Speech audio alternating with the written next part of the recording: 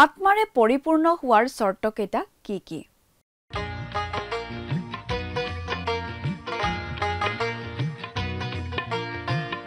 আজিৰে পবিত্ৰ ক্ষণতে উজলি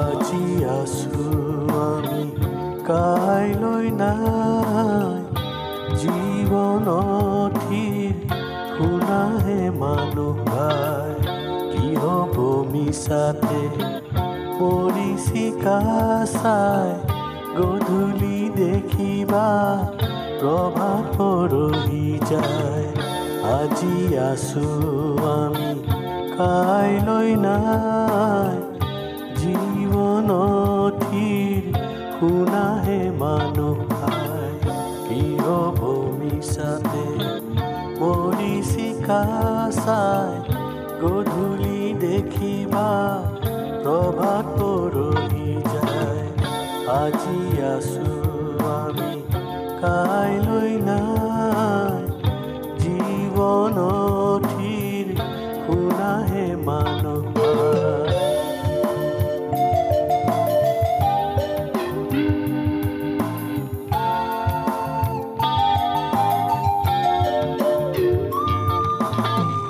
যিছু সেৱা কৰা নকৰি পলম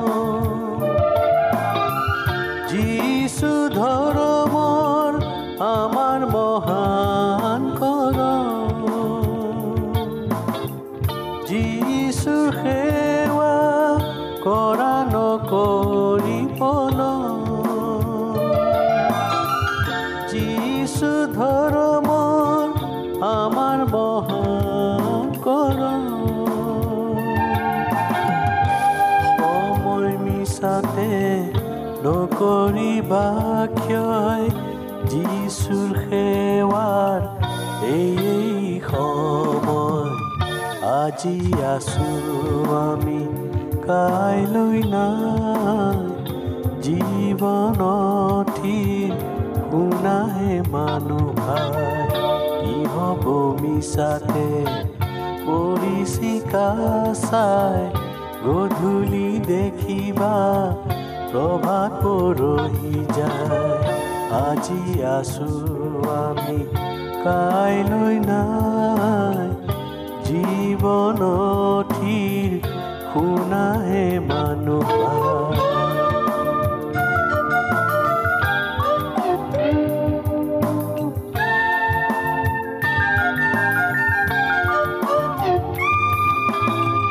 যিছুৰ সেৱা কৰা নকৰি পলম যিছু ধৰ্মৰ আমাৰ মহান কৰম যিছুৰ সেৱা কৰা নকৰি পলম যিছু ধৰ্মৰ আমাৰ মহান কৰম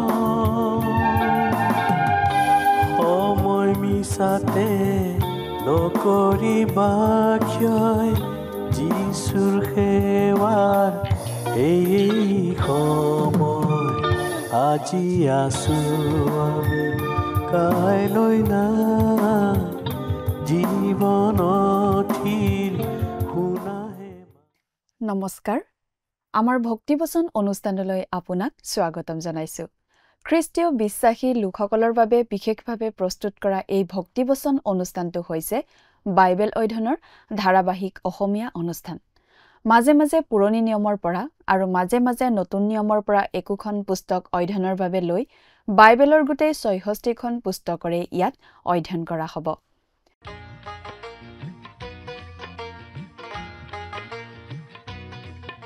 প্ৰিয় দৰ্শক আপুনি যদি আমাৰ আগৰ অনুষ্ঠানটো শুনিছিল তেনেহলে আপোনাৰ নিশ্চয় মনত আছে যে আমি এতিয়া বাইবেলৰ পুৰণি নিয়ম খণ্ডৰ জখৰীয়া ভাৱবাদীৰ পুস্তক নামৰ পুস্তকখনৰ অধ্যয়ন কৰি আছো।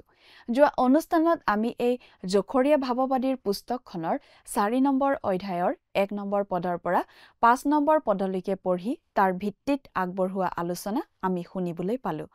আজিৰ অনুষ্ঠানত আমি এই জখৰীয়া ভাৱবাদীৰ পুস্তকৰ 4 নম্বৰ অধ্যায়ৰ 6 নম্বৰ পদৰ পৰা 14 নম্বৰ পদলৈকে পঢ়ি তাৰ ভিত্তিত আগবঢ়োৱা আলোচনা শুনিবলৈ পাম। 4 নম্বৰ অধ্যায়ত আমি জখৰীয়াৰ সপ্তম দৰ্শনটো পাওঁ। জখৰীয়াই দেখিছিল দীপাধাৰ আৰু দুডাল জলফাই গছ। জখৰীয়াৰ দিনৰ সেই জলফাই গছ দুডাল চিনাক্ত কৰা হৈছিল। এডালে বুজাইছিল দাউদৰ বংশৰ জৰুব্বাবিল আৰু আনডালে বুজাইছিল মহাপুৰোহিত যীশুছোৱাক।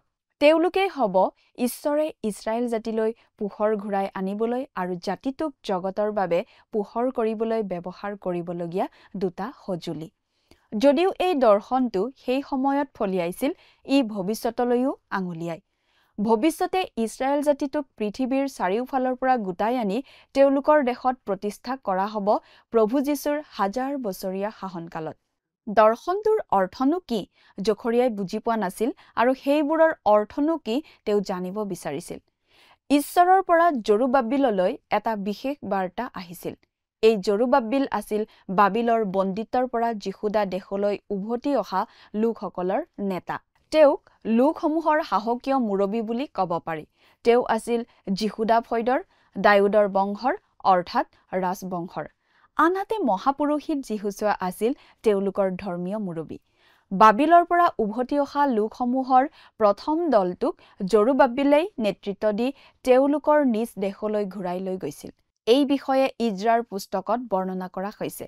জৰুব্বাবিলৰ মহান কাম আছিল জেৰুজালেমৰ মন্দিৰটো পুনৰ নিৰ্মাণ কৰা, কিন্তু কামটো বাহিৰৰ পৰা অহা বিপদ আৰু ভিতৰৰ পৰা অহা নিৰুৎসাহিতাই জটিল কৰি তুলিছিল। ঈশ্বৰে জৰুব্বাবিলৰ বিশ্বাস দৃঢ় কৰিবলৈ এই দৰ্শন দিছে। তেওঁৰ বাবে ইয়াৰ প্ৰকৃত অৰ্থ আছে আৰু লগতে ইয়াত আমাৰ বাবেও এটা ডাঙৰ নীতি আছে। প্ৰিয় দৰ্শক, কথাবোৰ অধিক বহলাই চাবলৈ আহকচোন এতিয়া আমি মূল আলোচনাটোৰ মাজলৈ আগবাঢ়ি যাওঁ। আমাৰ মহান ত্ৰাণকৰ্তা প্ৰভু যীশুখ্ৰীষ্টৰ নামত নমস্কাৰ। প্ৰিয় শ্ৰোতা, আপুনি যদি আমাৰ এই ভক্তিবচন অনুষ্ঠান নিয়মিতভাৱে শুনি আছে তেন্তে আপুনি নিশ্চয় জানে যে আমি আজি কিছুদিনৰ পৰা বাইবেলৰ পুৰণি নিয়ম খণ্ডৰ জখৰীয়া ভাৱবাদীৰ পুস্তক নামৰ পুস্তকখন অধ্যয়ন কৰি আছোঁ, নহয় জানো? আশা কৰোঁ আপুনি আমাৰ এই অনুষ্ঠান নিয়মিতভাৱে শুনি আছে।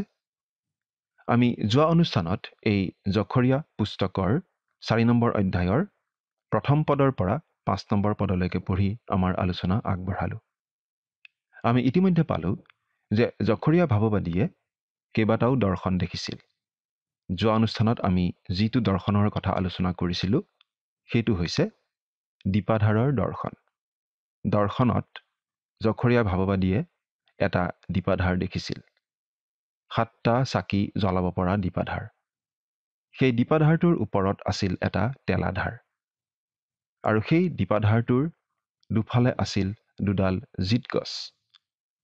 সেই দৰ্শনেনো কি বুজাইছে জখৰীয়াই বুজি পোৱা নাছিল আৰু সেই দূতজনাক সেই অৰ্থ সুধিছিল। তেতিয়া দূতজনাই কি কৈছিল সেই কথা আমি পাওঁ পাছৰ পদকেইটাত।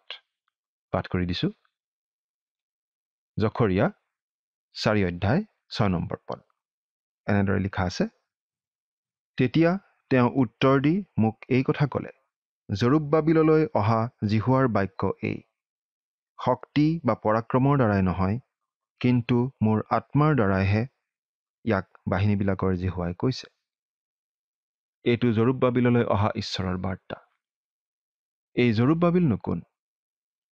বাবিল দেশৰ বন্দী অৱস্থাৰ পৰা জেৰুজালেমলৈ উভতি অহা ইছৰাইলীয়া লোকবিলাকৰ নেতা আছিল এই জৰুব্বাবিল। সেই সময়ত যিহুদা ফৈদৰ নেতা তেওঁৱেই আছিল। বাবিল দেশত 70 বছৰ বন্দী হৈ থকাৰ পাছত আকৌ নিজ দেশলৈ উভতি অহা ইছৰাইলীয়া লোকবিলাকৰ প্ৰথমটো দলৰ নেতৃত্ব দিছিল এই জৰুব্বাবিলেই। এই বিষয়ে আমি ইজৰা ভাৱবাদীৰ পুস্তকত পঢ়ি আহিছোঁ। জৰুব্বাবিলৰ বিশেষ গুৰুত্বপূৰ্ণ কামটো আছিল জেৰুজালেমৰ মন্দিৰ পুনৰ নিৰ্মাণ কৰা।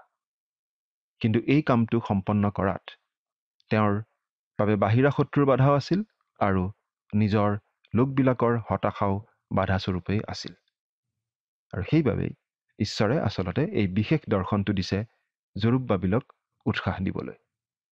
এই কথাখিনি জৰুব্বাবিলৰ বাবে যথেষ্ট অৰ্থপূৰ্ণ আছিল আৰু আজি আমাৰ বাবেও ইয়াত শিকিবলগীয়া গুৰুত্বপূৰ্ণ কথা আছে। বিশেষ বাৰ্তাটো হৈছে শক্তি বা পৰাক্ৰমৰ দ্বাৰাই নহয়, কিন্তু মোৰ আত্মাৰ দ্বাৰাইহে, ইয়াক বাহিনীবিলাকৰ জিহুৱাই কৈছে। শক্তি আৰু পৰাক্ৰম, এই শব্দ দুটা বিশেষভাৱে মন কৰিবলগীয়া। শক্তি শব্দটো আচলতে মানুহৰ শাৰীৰিক শক্তি, মানুহৰ সামৰ্থ্য, কাৰ্য কৰিব পৰা ক্ষমতা বা ধন সম্পত্তি আদি বুজোৱা শব্দ। পৰাক্ৰম শব্দটোৱেও মানৱীয় ক্ষমতাকেই বুজায়। শাৰীৰিক, জাগতিক, বয়বস্তু আৰু মানসিক ক্ষমতা আদিক বুজায়। গতিকে ঈশ্বৰে কৈছে, বাহুবলেৰেও নহয়, মগজুৰ বলেৰেও নহয়, মোৰ আত্মাৰ দ্বাৰাইহে। এই বাৰ্তাটো জৰুব্বাবিলৰ কাৰণে অতি উৎসাহজনক বাৰ্তা আছিল বুলি আমি সহজে অনুমান কৰিব পাৰোঁ। জৰুব্বাবিল আছিল সেই সময়ৰ ইছৰাইলীয়া লোকবিলাকৰ সামাজিক নেতা আৰু যিহুছোৱা আছিল প্ৰধান পুৰোহিত, ধৰ্মীয় নেতা। আৰু সেই দীপাধাৰটোৰ দুয়োপিনে থকা জিতগছ দুডালে জৰুব্বাবিল আৰু যিহুছোৱাক বুজাইছিল। বাৰ্তাটো অতি সহজ। তোমাৰ চতুৰালি, তোমাৰ সামৰ্থ্য বা তোমাৰ শাৰীৰিক শক্তিৰে মন্দিৰটো পুনৰ নিৰ্মিত নহ'ব, কিন্তু ঈশ্বৰৰ আত্মাৰেহে হ'ব। প্ৰিয় শ্ৰোতা, আমি আমাৰ আঁচনি বা পৰিকল্পনাত যদি ঈশ্বৰৰ আত্মাক স্থান দিয়া নাই, তেন্তে সেয়া বিফল হ'বই। কাৰণ ঈশ্বৰে তেওঁৰ কাম শাৰীৰিক বা মানসিক শক্তিৰে নচলায়। আমি বুদ্ধিমান শিক্ষক, প্ৰচাৰক আদিৰ কথা খুব কওঁ, যিসকলে সুন্দৰ শাস্ত্ৰীয় শিক্ষা আগবঢ়াব পাৰে বা আন তেনেধৰণৰ চকুত লগা কাম কৰিব পাৰে। কিন্তু ঈশ্বৰৰ কাৰ্য তেনেদৰে সম্পন্ন নহয়। বহু সময়ত অতি বুদ্ধিমান লোকজন বিপদজনক মানুহো হয়। মানসিকভাৱে তীক্ষ্ণ লোকজন ভুল দিশতো তীক্ষ্ণ হোৱাৰ সম্ভাৱনা থাকে। আৰু এনেকুৱা লোকে ঈশ্বৰৰ লোকসমূহৰ মাজত নানা ধৰণে খেলি মেলি লগাই দিব পাৰে। বহু সময়ত ধৰ্মৰ নামত বিভিন্ন ধৰণৰ মুনাফা আদায় কৰা লোক আমি দেখিবলৈ পাওঁ, আৰু সেই বিষয়ে মাত দিবলৈ গ'লে আনে আমাক ভুল বুজাৰো সম্ভাৱনা থাকে। এইটো আমি প্ৰায়েই দেখি থাকোঁ যে এনেকুৱা চতুৰ মানুহবোৰে আনক সহজে তোষামোদ কৰিব পাৰে। বিভিন্ন মানুহৰ লগত যেনে তেনে সংযোগ ৰক্ষা কৰি চলে।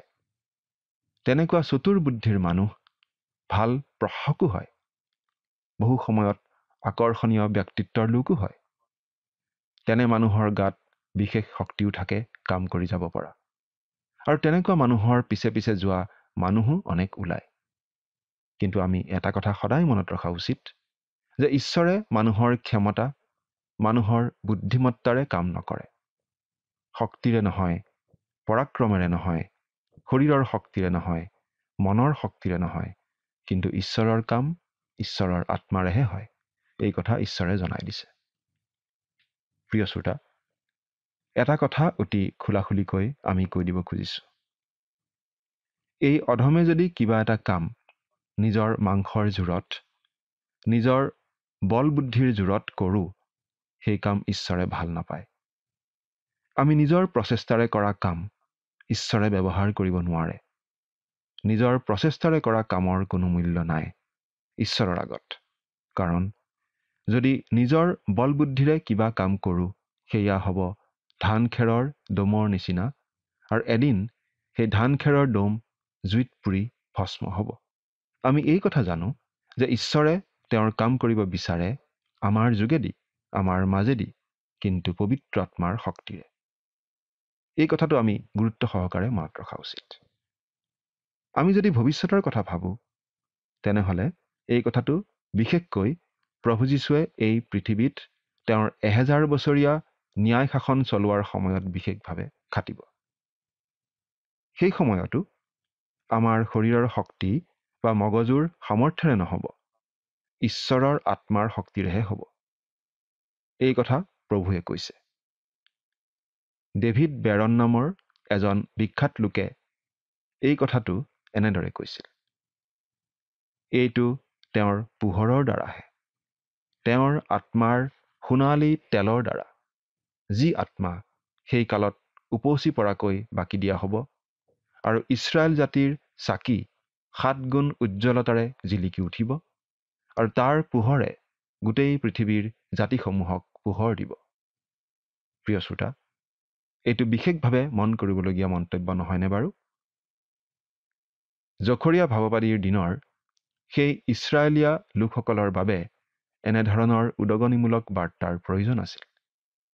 কাৰণ তেওঁলোকৰ বিৰোধী লোক অনেক আছিল।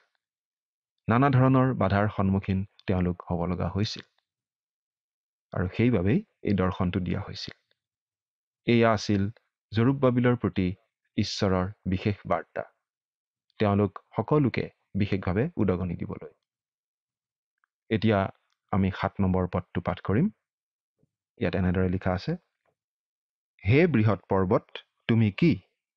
জৰুব্বাবিলৰ আগত তুমি সমথল হৈ যাবা, আৰু অনুগ্ৰহ, ইয়ালৈ অনুগ্ৰহ হওক, এই জয়ধ্বনিৰে সৈতে তেওঁ প্ৰধান শিলটি উলিয়াই আনিব। হে বৃহৎ পৰ্বত, তুমি কি? পৰ্বতে আচলতে বাধা বিঘিনি আদিক বুজায়। এই দৰ্শনটোৰ দ্বাৰা আচলতে তেওঁলোকক এই কথা জনাই দিব খোজা হৈছিল যে জৰুব্বাবিলে পৰ্বত সদৃশ বাধাবোৰো আঁতৰাই দিব পাৰিব। প্ৰভু যীশুখ্ৰীষ্টইও আচলতে তেনেকুৱা এটা অৰ্থতেই এই পৰ্বত শব্দটো ব্যৱহাৰ কৰিছিল। প্ৰভু যীশুৱে শিষ্যসকলক এনেদৰে কৈছিল।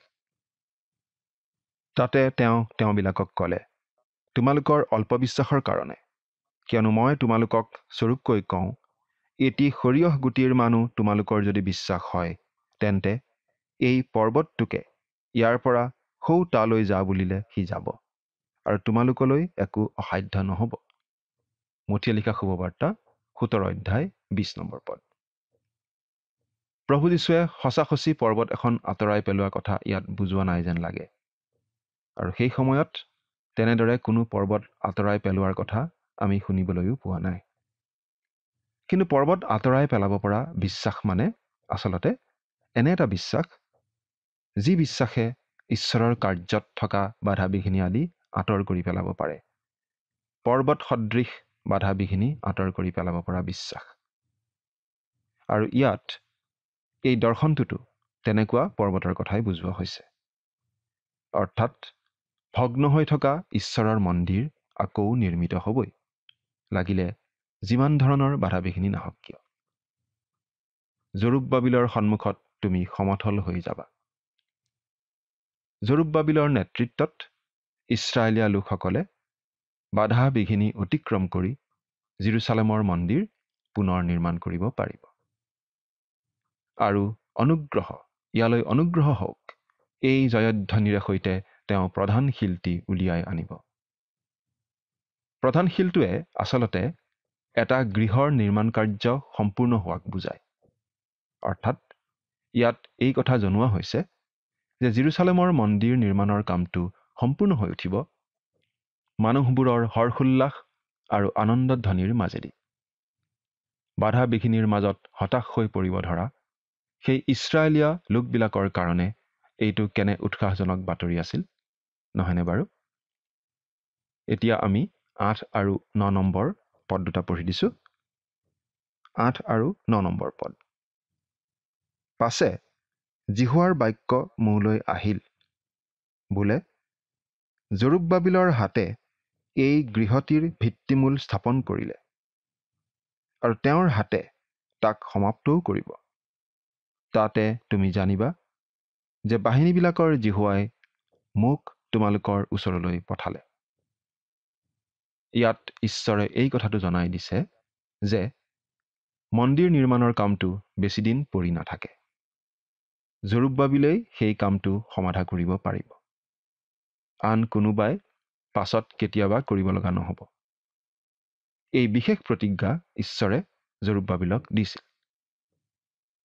ঈশ্বৰে জৰুব্বাবিলক কৈছে, তুমি মন্দিৰৰ ভেটি স্থাপন কৰিলা, মই তোমাক সহায় কৰিলোঁ। তুমি সেই ভেটিৰ ওপৰত ছালখনো দিবা।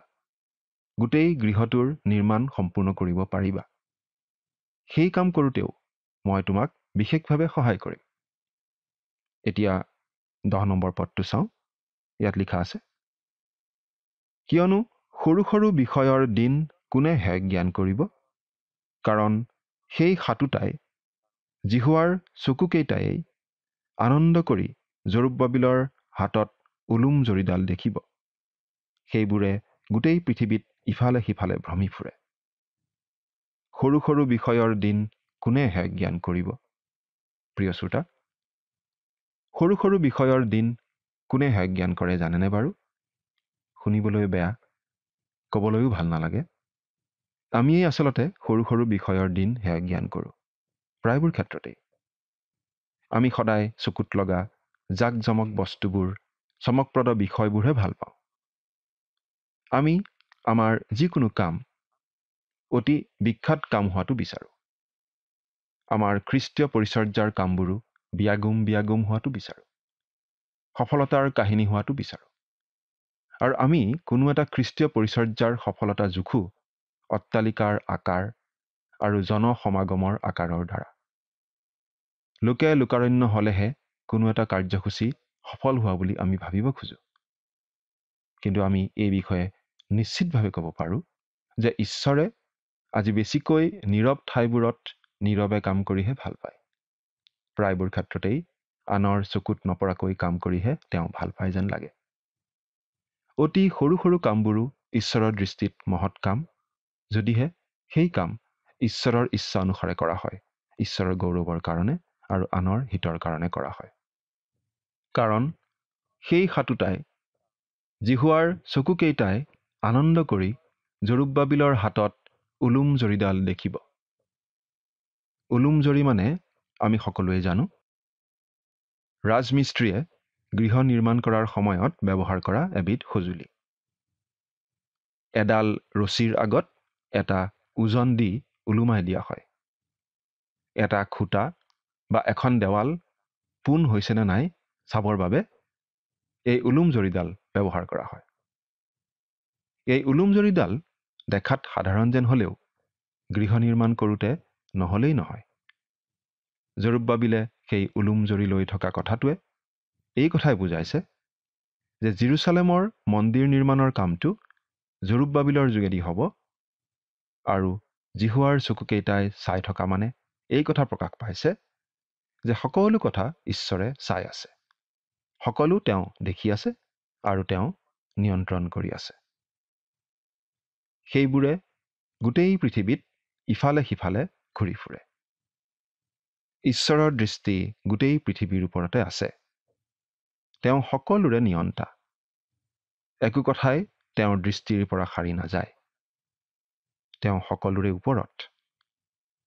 দেখাত অতি সাধাৰণ, অতি সৰু যেন লগা কথাবোৰো তেওঁ চাই আছে। আমি প্ৰতিজন লোকো তেওঁৰ দৃষ্টিত আছোঁ। তেওঁ আমাৰ প্ৰত্যেককে জানে, প্ৰত্যেককে চিনি পায়। 11 পৰা 13 নম্বৰ পদলৈকে পাঠ কৰিম। পাছে মই তেওঁক আকৌ সুধিলোঁ, দীপাধাৰৰ সোঁ আৰু বাওঁফালে থকা এই দুজোপা জিত গছ কি? দ্বিতীয়বাৰ মই তেওঁক সুধিলোঁ, যি দুডাল সোণোৱালী নলাই নিজৰ নিজৰ পৰা সোণোৱালী তেল ঢালি দিয়ে, সেই নলা দুডালৰ ওচৰত থকা জিত গছৰ সেই দুটা ডাল বা কি? তাতে তেওঁ মোক উত্তৰ দি ক'লে, সেইকেইডাল কি তাক তুমি নাজানানে? মই ক'লোঁ, হে মোৰ প্ৰভু, নাজানো। সেই জিত গছ দুডালেনো কি বুজাইছে সেই কথা জখৰীয়া ভাৱবাদীয়ে বুজি পোৱা নাছিল আৰু জানিব বিচাৰিছিল। জিহুৱাৰ দূতে সুধিলে, তুমি নাজানা নেকি? জখৰীয়া উত্তৰ দিলে, নাজানো বুলি। 14 নম্বৰ পদ পঢ়িছোঁ। তেতিয়া তেওঁ মোক ক'লে, গোটেই পৃথিৱীৰ জিহুৱাৰ ওচৰত থিয় হৈ থকা এই দুডাল তেল যোগাওঁতা পুৰুষ। এওঁলোক হৈছে দুজন আত্মাৰে পৰিপূৰ্ণ লোক, সামাজিক নেতা জৰুব্বাবিল আৰু ধৰ্মীয় নেতা জিহুছোৱা। আমি ইতিমধ্যেই দেখিলোঁ যে মহাপুৰোহিত জিহুছোৱাই গোটেই ইছৰাইল জাতিক প্ৰতিনিধিত্ব কৰে। তেওঁক সূচী কৰা হ'ল আৰু সম্পূৰ্ণ পৰিষ্কাৰ পোছাক পিন্ধোৱা হ'ল। যেতিয়া ইছৰাইলীয়া লোকসকলে তেওঁলোকৰ পাপ স্বীকাৰ কৰিলে, তেওঁলোক সকলোৰে পাপ ক্ষমা কৰা হ'ল আৰু খ্ৰীষ্টৰ ধাৰ্মিকতাৰে ধাৰ্মিক বুলি গণ্য কৰা হ'ল। গতিকে তেওঁলোক আত্মাৰে পৰিপূৰ্ণ হ'ব পাৰে আৰু ঈশ্বৰৰ দ্বাৰা ব্যৱহৃত হ'ব পাৰে। আমিও আত্মাৰে পৰিপূৰ্ণ হোৱাটো ঈশ্বৰে বিচাৰে, কিন্তু তাৰ বাবে কেইটামান চৰ্ত আছে। প্ৰথমতে আমি চাওঁ ইফিচিয়া 4 নম্বৰ অধ্যায় 30 পদৰ পৰা। আৰু ঈশ্বৰৰ যি পবিত্ৰ আত্মাত মুক্তিদিনৰ কাৰণে মোহৰ মৰা হলা তেওঁক অসন্তুষ্ট নকৰিবা। আমাৰ জীৱনত পাপ থাকিলে আমি ঈশ্বৰৰ আত্মাৰে পৰিপূৰ্ণ হ'ব নোৱাৰোঁ। আমি ঈশ্বৰৰ দৃষ্টিত সূচী হ'ব লাগিব। তাৰপিছত আমি চাওঁ 1 থিছালনিকিয়া 5 নম্বৰ অধ্যায় 19 নম্বৰ পদ। পবিত্ৰ আত্মাক নুনুমাবা। আমি যদি ঈশ্বৰৰ ইচ্ছাৰ বাহিৰত থাকোঁ তেন্তে আমি ঈশ্বৰৰ কাৰ্যত ব্যৱহৃত হ'ব নোৱাৰোঁ। ঈশ্বৰে আমাক য'ত যেনেদৰে বিচাৰিছে তেনেদৰে থাকিলেহে আমি পবিত্ৰ আত্মাৰে পূৰ্ণ হ'ব পাৰোঁ। এতিয়া আমি চাম গালাতিয়া 5 নম্বৰ অধ্যায় 16 নম্বৰ পদ। কিন্তু মই কওঁ তোমালোকে আত্মাৰে চলা, তাতে কোনোমতে তোমালোকে মাংসৰ অভিলাষ পূৰ নকৰিবা। আত্মাক মানি আত্মাৰ নিয়ন্ত্ৰণত চলিব লাগিব। আত্মাৰ বশত চলা মানে আত্মাৰ সহায়েৰে আত্মাত নিৰ্ভৰ কৰি তেওঁৰ সহায়তেই কাম কৰি চলা। এনেদৰে চলিলেহে আমি পবিত্ৰ আত্মাৰে পৰিপূৰ্ণ হ'ব পাৰোঁ। প্ৰিয় শ্ৰোতা, আমি বাৰু নিজকে প্ৰভু যীশুৰ বিশ্বাসী বুলি চিনাকি দিওঁনে? যদিহে দিওঁ, আমি বাৰু পবিত্ৰ আত্মাৰ পৰিপূৰ্ণতা লাভ কৰিবলৈ হাবিয়াস কৰি থাকোঁনে? তাৰ বাবে কৰিবলগীয়াখিনি বাৰু আমি কৰিছোঁনে? চিন্তা কৰি চাওকচোন। ঈশ্বৰে আপোনাক আশীৰ্বাদ কৰক। আমেন।